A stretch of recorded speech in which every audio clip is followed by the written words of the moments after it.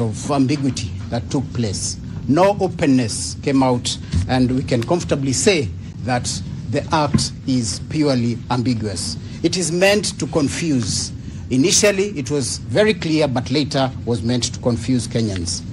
Article 10 and Article 201 on principles of public finance, the Public Finance Act clearly states that everything should be open.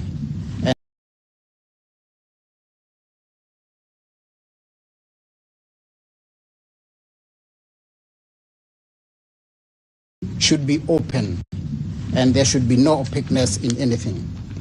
There was no transparency, bearing in mind that the Constitution has only provided for 4 kinds of taxes. That is the income tax, VAT, excise, and customs.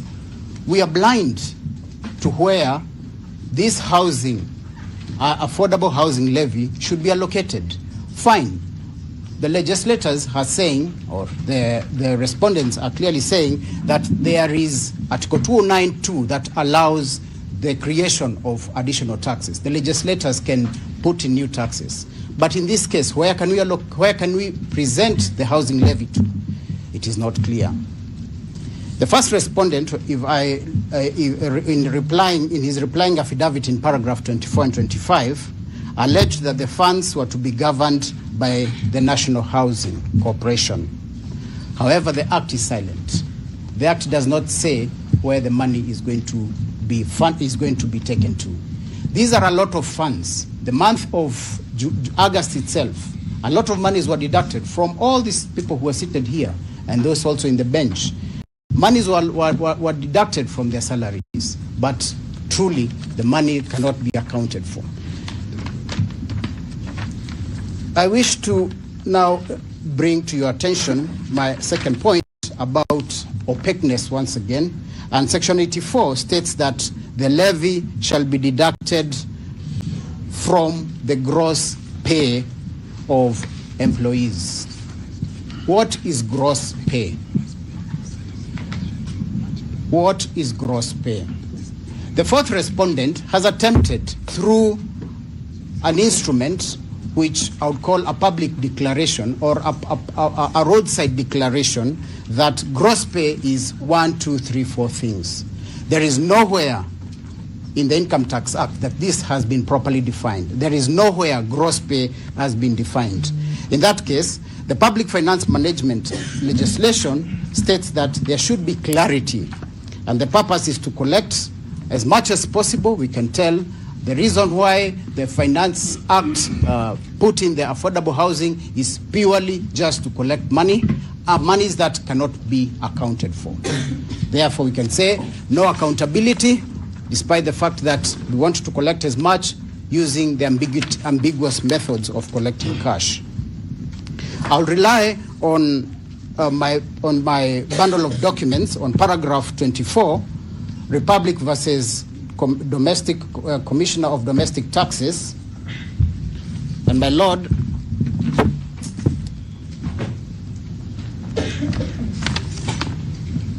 on this, I'll rely on the Bidco Oil Refineries versus Attorney General. In the judgment, it was clear that it is within the authority of the legislature to enact legislation governing the manner in which particular form of taxes is to be administered, including the manner in which it is to be imposed. Therefore, the legislation or the legislature did not cover or did not undertake its work to fully ensure that Article 210, to ensure that the taxes that were being created were not or properly collected. Article 201 and Article 10 then can clearly be seen to be infringed, because in Article 10, accountability, national values, good governance on how the funds are going to be utilized does not seem to be coming out. Further, I wish to demonstrate that in Section 84, there was a lot of ambiguity because the fifth respondent purported to appoint the fourth respondent. However, it should be the vice versa, where we have the CS, Treasury, who should be appointing Kenya Revenue Authority and not the CS of lands appointing Kenya Revenue Authority to do the collection of tax. Under what law was the appointment done? It is clear that there is ambiguity and that there was no clarity on those issues, and therefore the reason why they had to quickly try and circumvent and get the Commissioner of Income Tax putting up something very fast to collect the funds. The first and second respondent justifies the appointment of the fourth respondent on basis of Section 75 of the PFM Act. But my lords and my ladies, this is not right. Only the CS of Finance can appoint the fourth respondent to undertake collection of revenue, and in that way then, this was a true intervention, a true contravention of the law. This was actually intentional, I would say, to create more opaqueness on the violation of Article 10, violation of Article 201, funds taken away from members of public from hard-earned money being diverted into accounts that cannot be explained, rightly denying the right of property to members of public, and defying and infringing Article 40 of the Constitution. It's actually unconstitutional and pointing to the fact that there is a lot of opaqueness on this issue. The Statutory Instrument Act also clearly, thank you, my lord, sorry for that. The Statutory Instruments Act in Section 5 breathes life into Article 201 of the Constitution, where we say that public participation should be actually undertaken when you want to enact any document, like the guidelines for KRA. This was not undertaken. So, my lord, I wish to submit that the Section 84 of the Finance Act be declared unconstitutional, and therefore we pray that the petition be prayed as allowed, and I wish to thank you, my lord.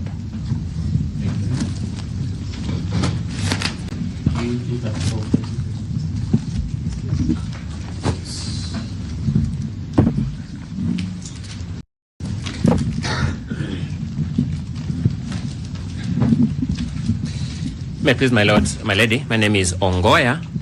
I appear for the petitioners in petition number 234 of 2023. In summary, my lord, my lady, the petitioners rely on the amended petition dated 10th August 2023 and the supporting affidavit of Dr. Charles Mukhwaya of the same day, as well as the written submissions and the list and bundle of authorities, all dated 5th September 2023. In the interest of time, I adopt the averments in the petition, the depositions in the affidavit, and the contents of the written submissions, and wish to highlight the following brief aspects. Number one, this petition brings on board the voice of the workers in this dispute. If the Finance Act 2023 shall go down history as an oppressive piece of legislation to the Kenyan public, then the most oppressed, the core of the oppressed in that statute shall be the workers of this country, as I will demonstrate shortly. There are two aspects that these petitioners focus on in their challenge of this legislation, and that is number one, that part of the Finance Act, that is Section 26, that amended the Income Tax Act to increase certain individual income taxes.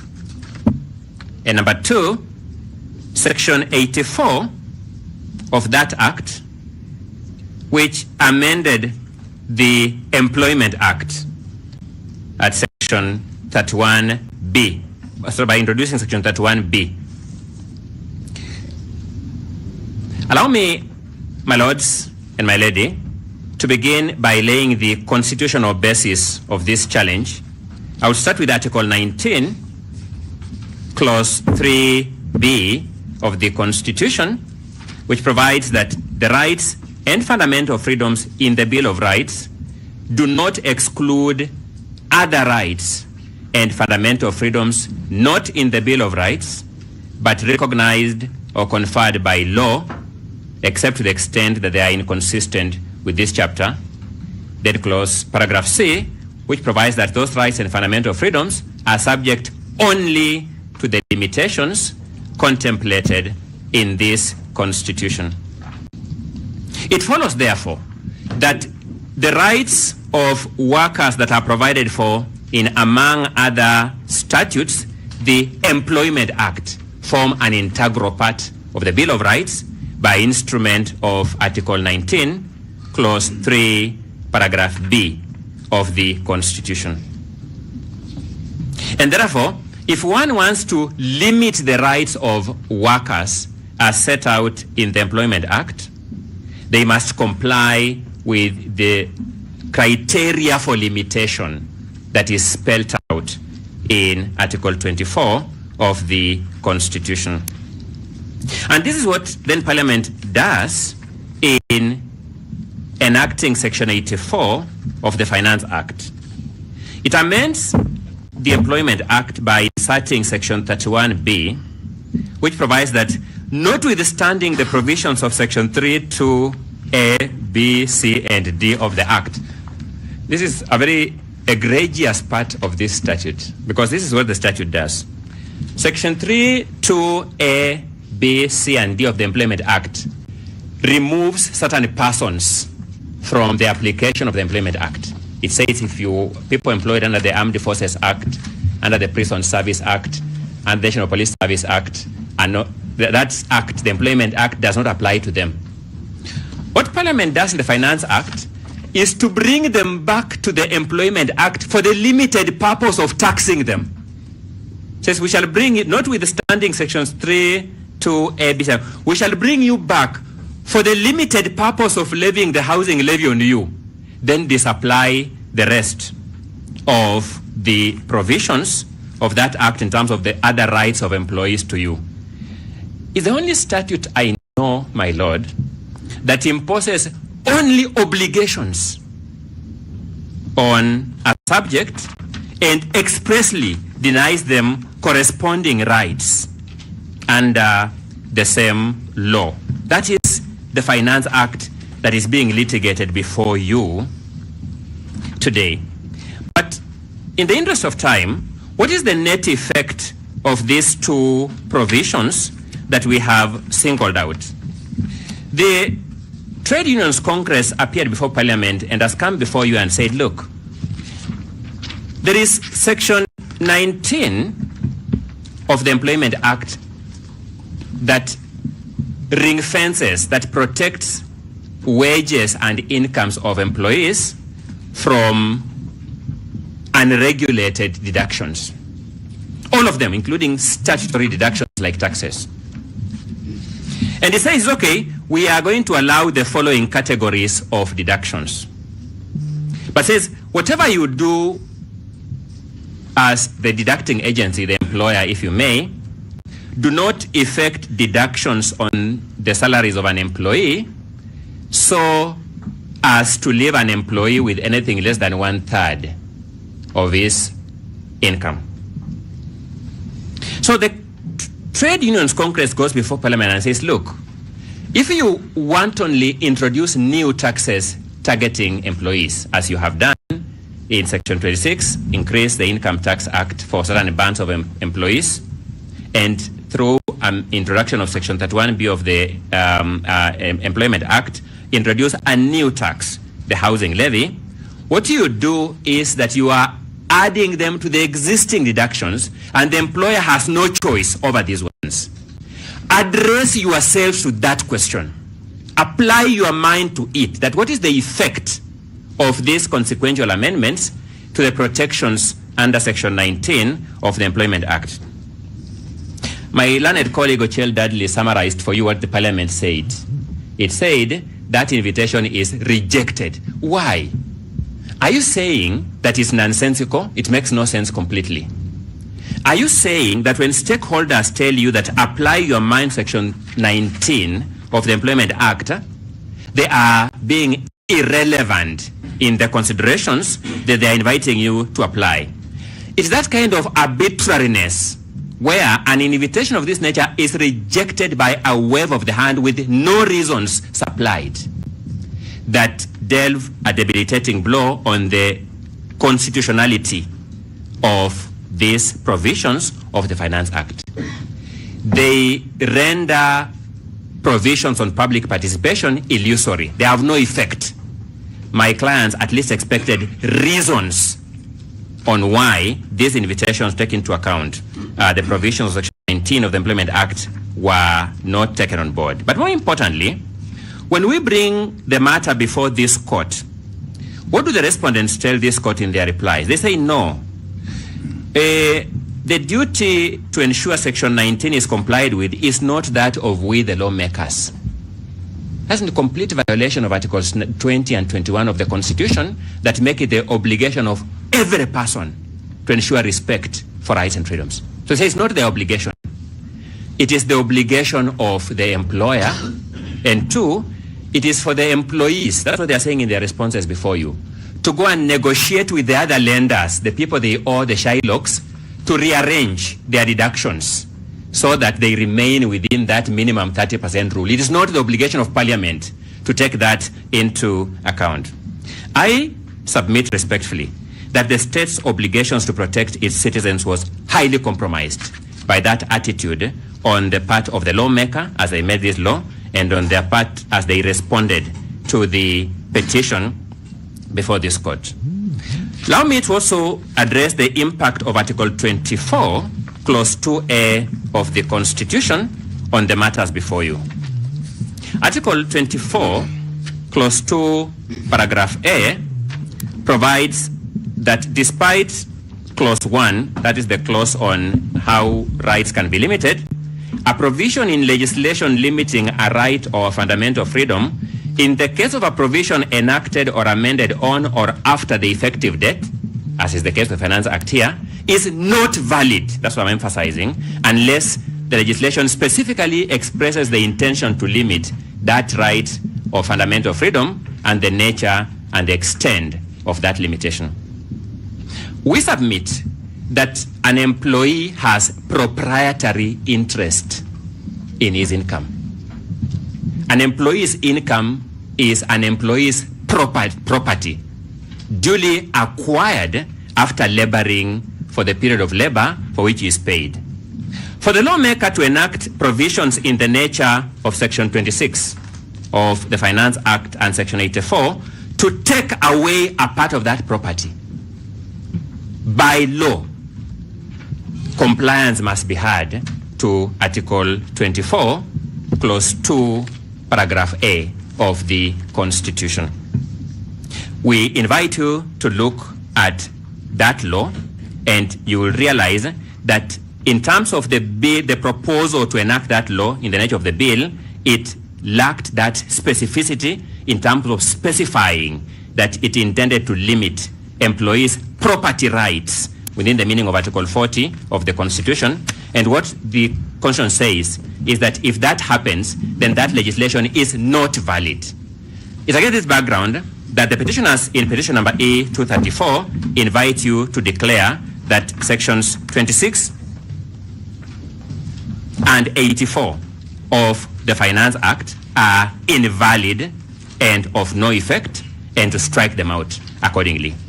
In addition to all that, I invite you, my lords, to look at our written submissions that explain those points in detail, and we rest our submissions at that juncture. Thank you so much for the audience. We now go to E237 of, E237 of 2023. This is the petition by Frederick Onyango Gola and others. Thank you very much, Your Lord and Lady. My name is Professor Fred Ogola, first petitioner in the petition E237 of 2023. I'm not a lawyer, but I'm a governance expert, so that's the angle we're going to take. I place my reliance on the petition that we have filed, our written submissions, and the accompanying list and bundle of case digest. I seek to answer 4 questions for my submissions today. And the questions I'm going to give for the submission today is whether the imposition of VAT on insurance compensation is unconstitutional. The second question is whether the Finance Act and all certain provisions in the Finance Act are unconstitutional. The third question is whether there was sufficient public participation in the process leading to the enactment of the Finance Act. And the last question I address, Your Honor, is what are the roles and duties insofar as the petition that is before you is concerned. So to start with, VAT on insurance compensation. Instances where VAT may be imposed are as follows. With regards to imposition of VAT on insurance compensation, in answering the question whether insurance compensation is eligible or not, VAT must be subjected as insurance compensation is not a consumable, if you like, service or good, and therefore they should not be taxable as they are being subjected to the current tax with the Finance Act. So to the extent that you find that it is inevitable to find that insurance compensation is not a consumable good or service supplied, you must therefore reach out an inevitable conclusion that the imposition of the VAT on insurance compensation in the Finance Act is in violation of the Constitution of Kenya 2010. The second question is on the unconstitutionality of the various sections of the entire Finance Act.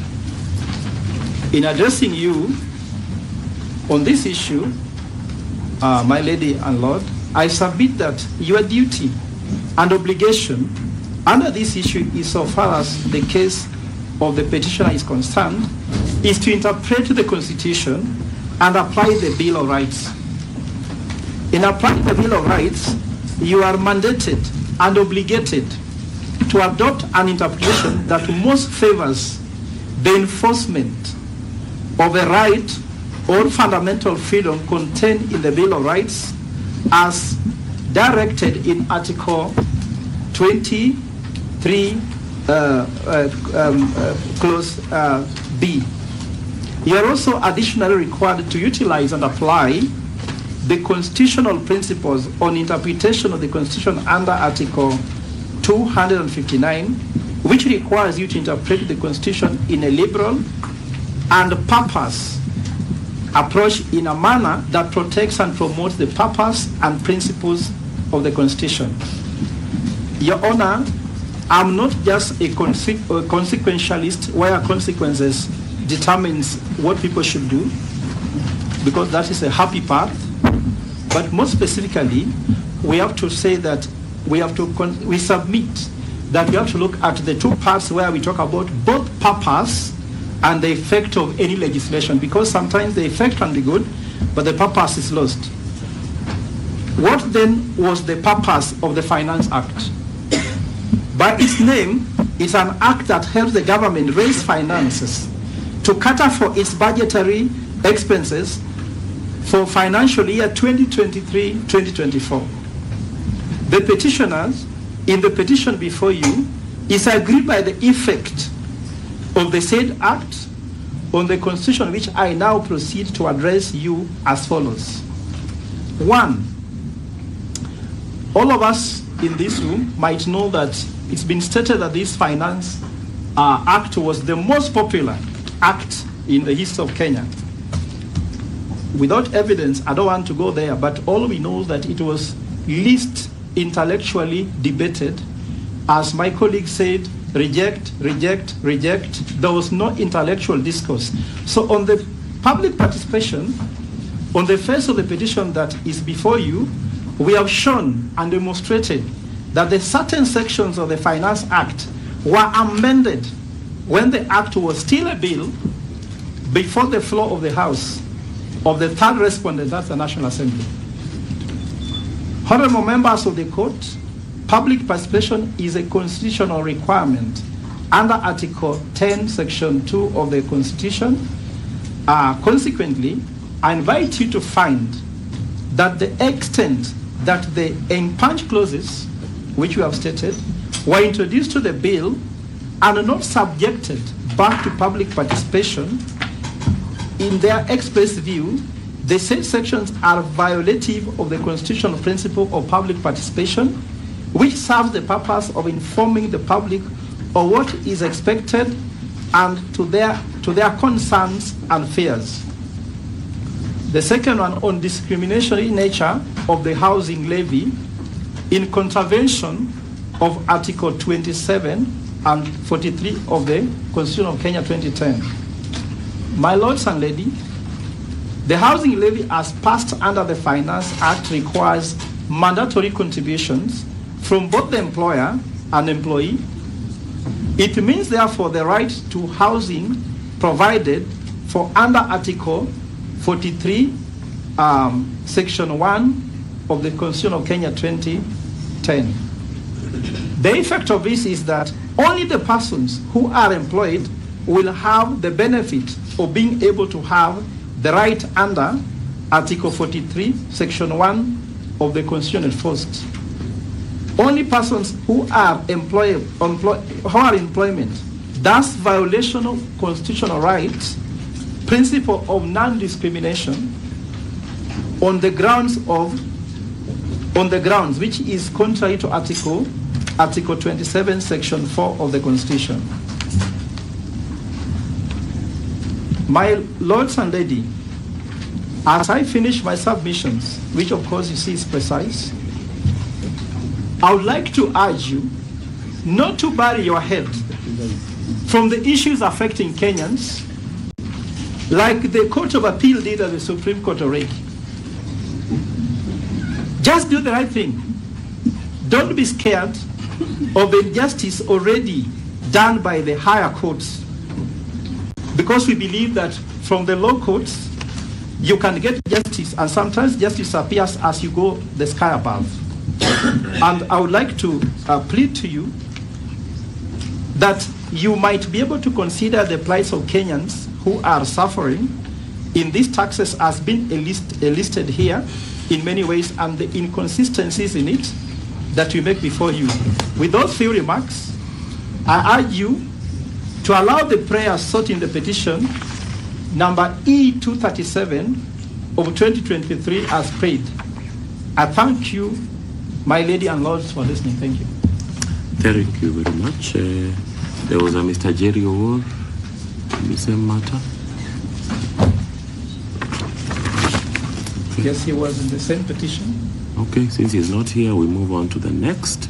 E254 of 2023, Mr. Arwa. And Mr. Arwa, you're eating into the time of the interested parties. My lords and my lady, in that matter, as I indicated earlier, I appear together with my colleague, Mr. Dunga, for all the petitioners. Unlike all the other petitions, this particular petition challenges only one provision of the Finance Act, specifically Section 47, Paragraph A, Subparagraph Roman 12. Section? 47A, Roman 12. My lords and my lady, the position of the petitioners is that this particular provision is unconstitutional and should be declared as much. The main reason why the petitioners contend that it is unconstitutional is because it was never contained in the bill that was published on 28th of April 2023 and which was submitted to public participation. My lords and my lady, there are several other issues that we intend to raise, most of which have already been touched on, and therefore I will not dwell on them. I'll only touch on the aspects of our submissions that have not been submitted on by my other colleagues. And specifically, my lords and my lady, I will be addressing basically 6 issues. Number 1, how do constitutional values implicate the legislative process? Number 2, what amounts to a bill for purposes of Article 109 of the Constitution? Number 3, what does public participation in legislative process entail? Number 4, what does amendment of a bill actually entail? 5, what is the implication of the impugned section on the right to health? And finally, what is the implication of that particular legislative provision on socioeconomic rights entrenched in Article 43 of the Constitution? So I will start with the first issue. The implications of constitutional values on legislative process. And my lords and my lady, I submit that this is not an idle point. I will start with Article 10, Subarticle 1, Paragraph B. And this is what it says. National values and principles of governance in this article bind all state organs, state officers, public officers, and all persons whenever any of them, in Paragraph B, enacts or interprets the Constitution, any law or the Constitution.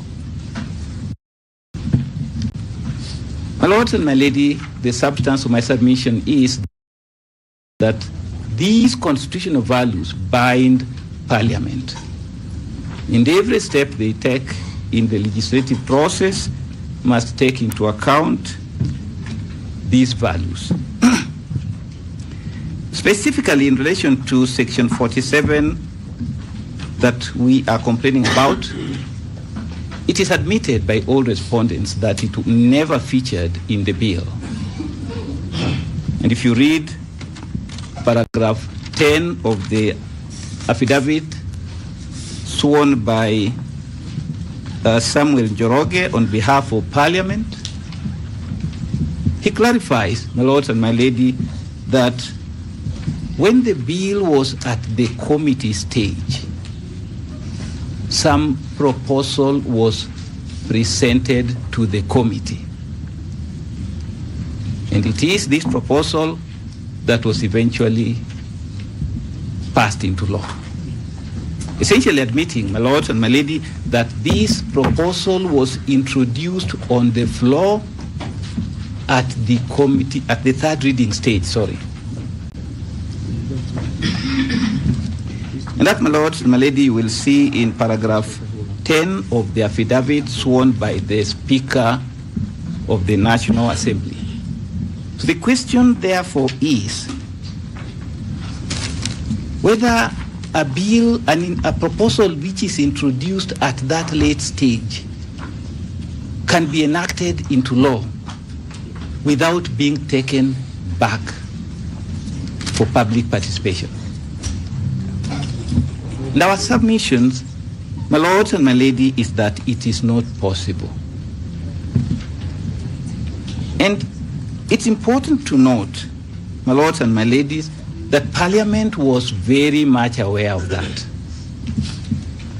I invite my lords and my lady to look at pages 80, 81, and 86 of the report that was presented by Parliament and annexed to the affidavit of Samuel Njoroge. In those 3 pages, you will see stage. Meaning that they were, and the reasons given was, these matters have not been taken for public participation.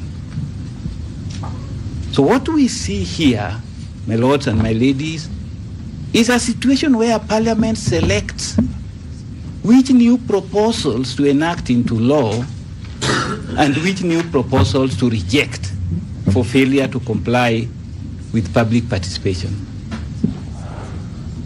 And it is our humble submissions, my lord and my ladies, my lords and my ladies, that Parliament cannot do that under our constitutional dispensation. Specifically, Article 10 entrenches the value of integrity, the value of transparency, the value of equality, and the value of good governance. All these values bind Parliament. The value of integrity cannot permit Parliament to choose which new legislative proposals to accept and which new legislative proposals to reject. They must act with integrity. And this is a constitutional imperative. Secondly, my lords and my lady, the value of transparency requires Parliament to explain to Kenyans on what basis they reject some new proposals and on what basis they accept other new proposals. It is a duty which they have to explain to Kenyans why some new proposals are being accepted and others are being rejected. Otherwise, we are going to encourage impunity and arbitrariness in our constitutional dispensation. Thirdly, my lords and my lady, Parliament owes a duty to all Kenyans who submit proposals for their consideration. And where two Kenyans submit new proposals at that late stage, it is not fair for Parliament to choose to treat one of them differently from the other. So all the stakeholders who submitted new proposals at that late stage were entitled to be treated equally. And it is not for Parliament to decide which one to be given favorable treatment and which one to be rejected. And finally, my lords and my lady, our submission is that Parliament, after all, does not have the power to selectively choose what to accept and what not to accept when they are all submitted at a very late stage. Those constitutional values bind Parliament, and where Parliament acted in clear violation of such values, then whatever it does amounts to a nullity. Well, the second issue is, what is a bill for purposes of Article 1? My Lord, allow me just to wind up. My submission on this front is that every legislative proposal must be contained in a bill. And that means that it is what is already contained in a published bill that can be submitted for public participation. It is therefore inconceivable that a new proposal can feature for the first time in an act of Parliament, my Lord. Section 47A that we are complaining about will not be seen in any of the versions of the bill. And you have them before you, my Lord. It features only for the first time in the Act, meaning that this is a proposal that never appeared in a bill and could not have been passed within the meaning of Article 109. As concerns the issue of public participation, my Lord, I just wish to point out that this is an issue that has been considered before, and the courts have held that where a new proposal is introduced at a very late stage, then that proposal must be taken back to public participation. And that is what ought to have happened in this case. My Lord, there is the question of what amounts to an amendment. An amendment, in our humble submission, must mean and mean only an amendment to an existing proposal in the bill. Cannot mean introduction of a new bill, a new provision that has never featured at all in the bill.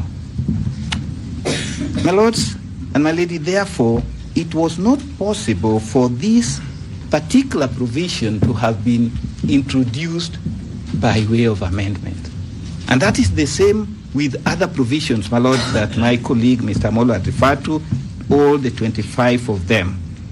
Finally, my lord, allow me to point out that these proposals have got adverse effect on the right to health and socioeconomic rights, to the extent that they will increase the cost of medicine and place the medicines beyond the reach of ordinary mwananchi, thereby violating their right to health, which is entrenched in Article 43.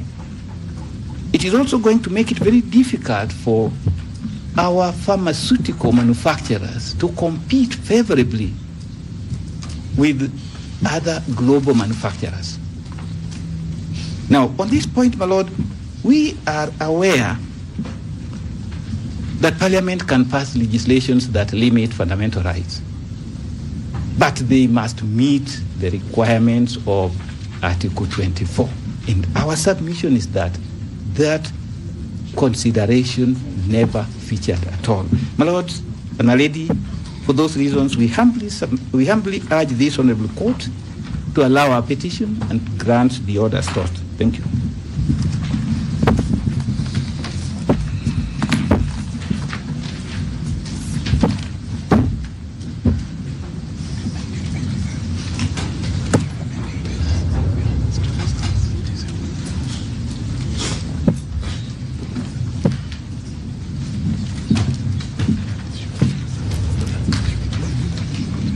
There was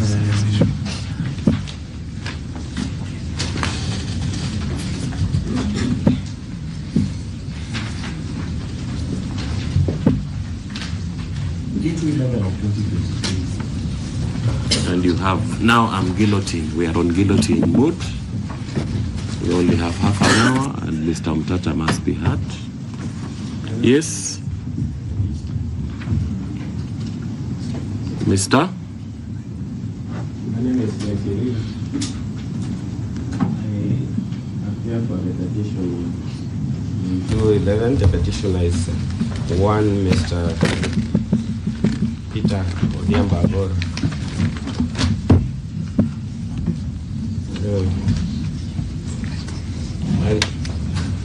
You have 5 minutes.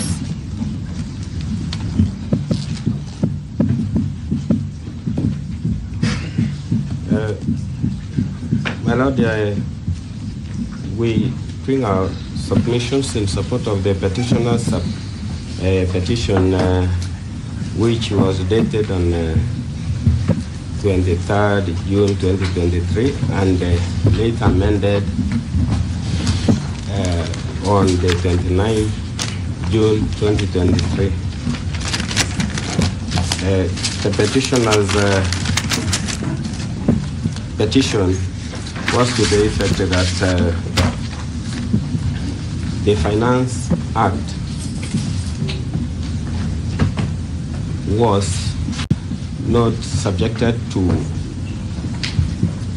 public participation, and the outcome thereto,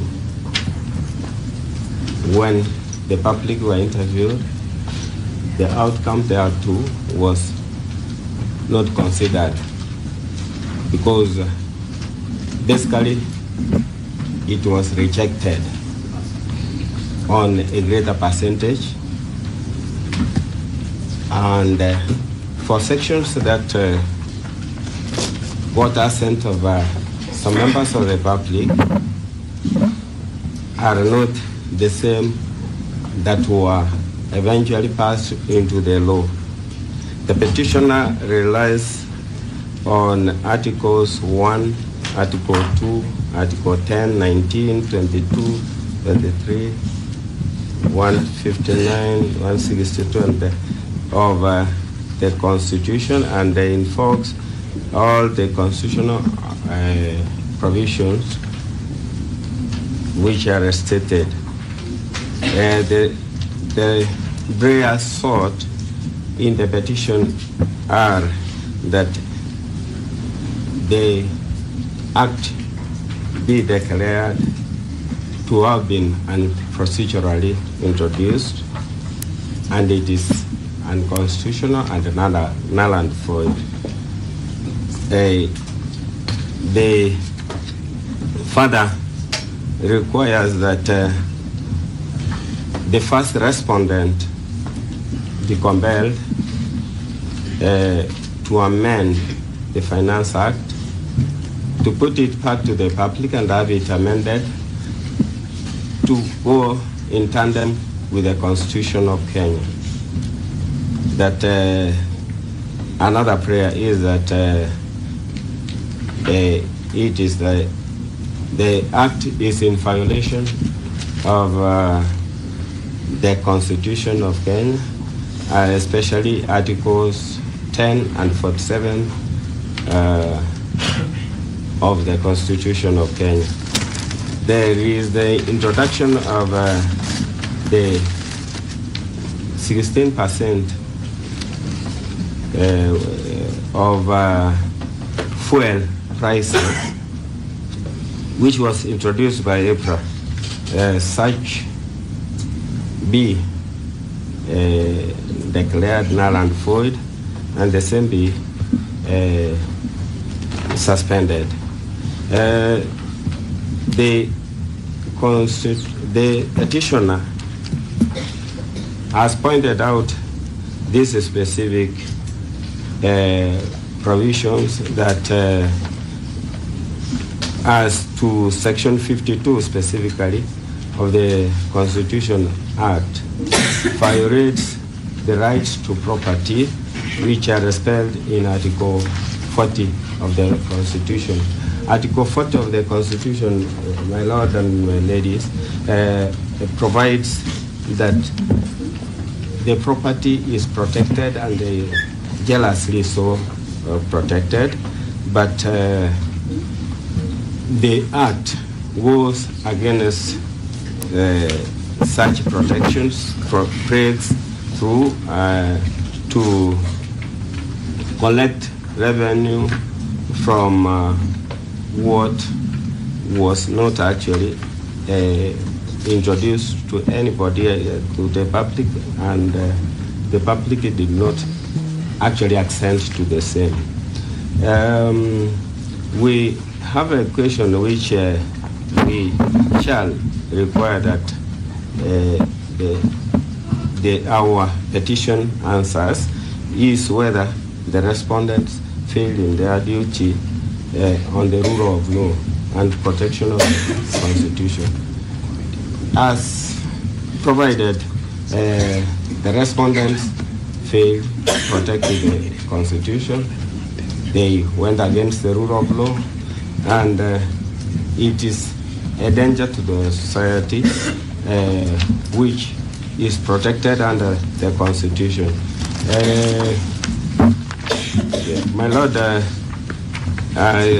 we have provided statutory provisions under which we have brought the petition, as well as cases which have previously been determined, and finding being that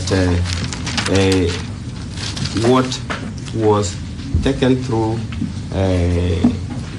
what has come out as a Finance Act is actually something that is hardening the public rather than assisting the public in it. Is the cases which we have cited include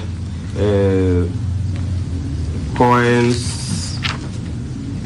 versus Virginia, number 19 of U.S. 264, which provides that court will take jurisdiction if it should, but it is equally through that it must take jurisdiction so as to enable the legislature provide good laws. Finally, my Lord, because we have submitted this one in written, we pray that the specific sections of the law provided in the Finance Act be declared null and void, and or have the whole document declared as a nullity and be nullified by this honorable court. Thank you. Thank you. We now deal with parties. Kenya Revenue Authority, do you support or oppose the petition? We oppose the petition and we are responding all the way. Okay, so you wait for your turn. Senate, Mr. Cecil Miller, oppose or support the petition? We oppose, my lord. You wait for your turn. Consumer Federation of Kenya, they are not here. Kenya Export, Floriculture, Horticulture and Allied Workers Union, you oppose. You are with Mr. Ongoya. We will take that into account. Devki Steel, Mr. Kate, you oppose or support? You oppose. And Electric Mobility Association of Kenya, you oppose. And Kenya Airline Pilots Association, you support the petition, and you have all filed written submissions. Thank you. Mr. Omtata, where is he? You were supposed to be prosecuting somebody. Yes, I thought you could finish with the petitioners and those supporting the petition. They have finished with them. They are interested parties. You know, they are like passengers in a bus. They either support or oppose. They have no independent right of existence. Yeah. But we will consider them. So, Mr. Umtata, you have 15 minutes to make your case, and then we break for lunch.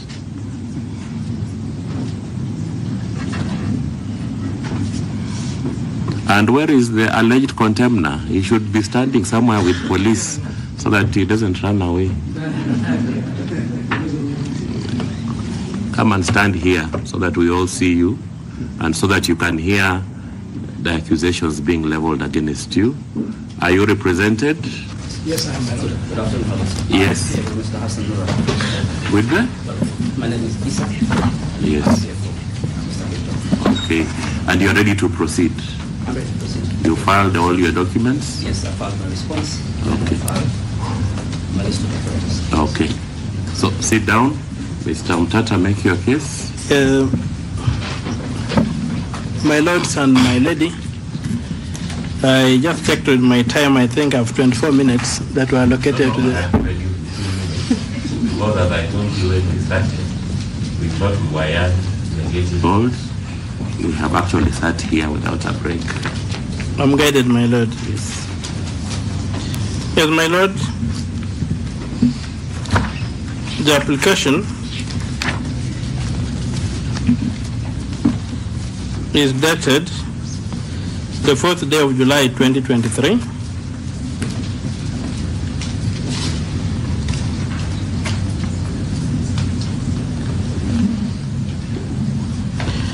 And it seeks 3 prayers.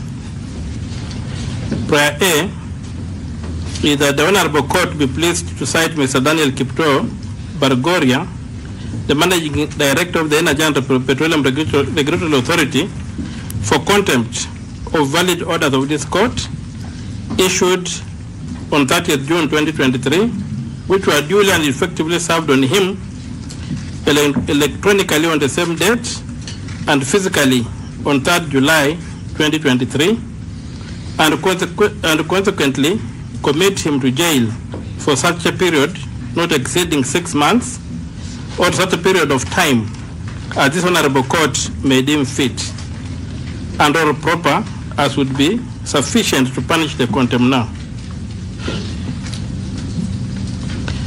The other prayer seems to have been overtaken by the way they got directed proceedings. So I had requested that the first and second and third respondents be denied audience until the contempt is purged.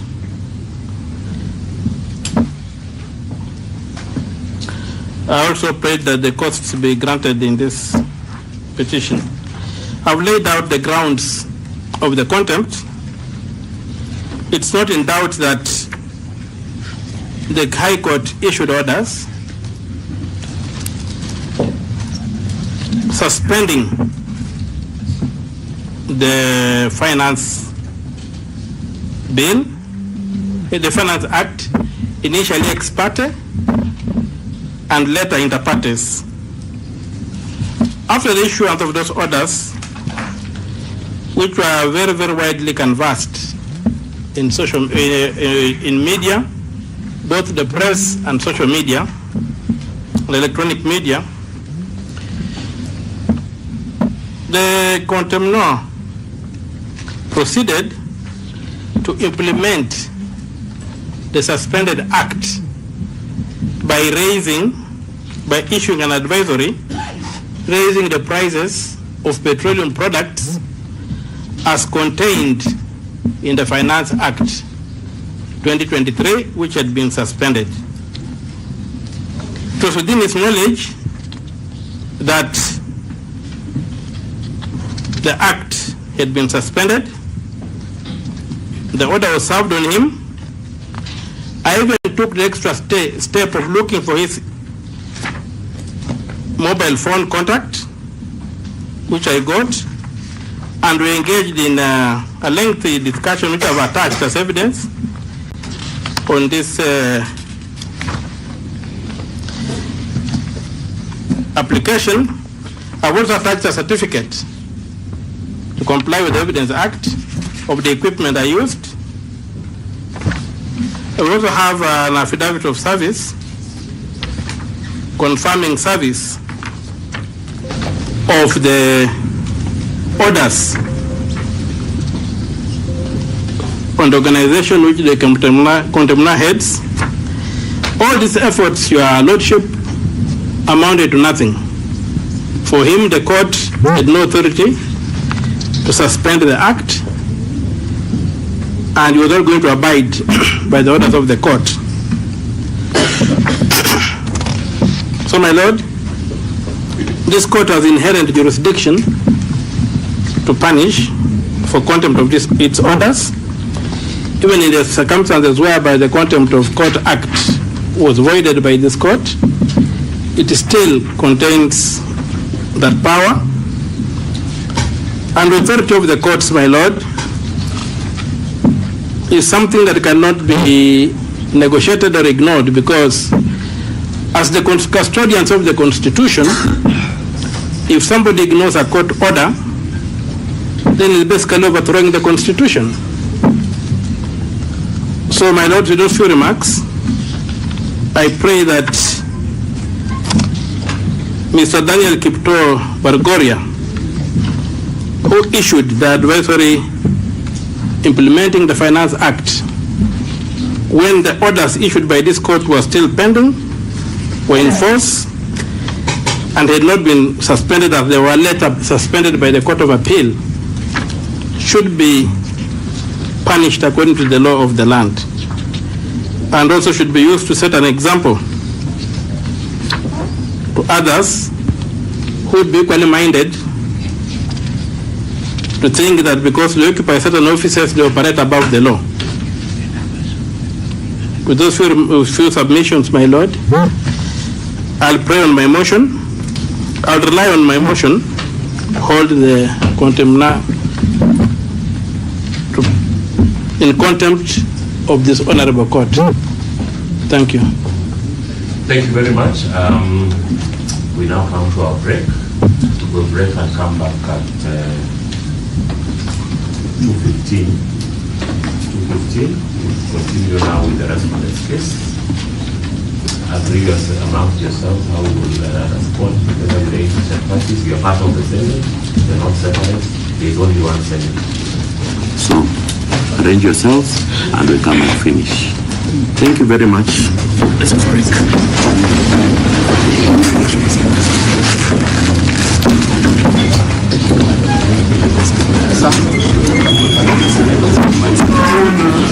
One Senate, one National Assembly.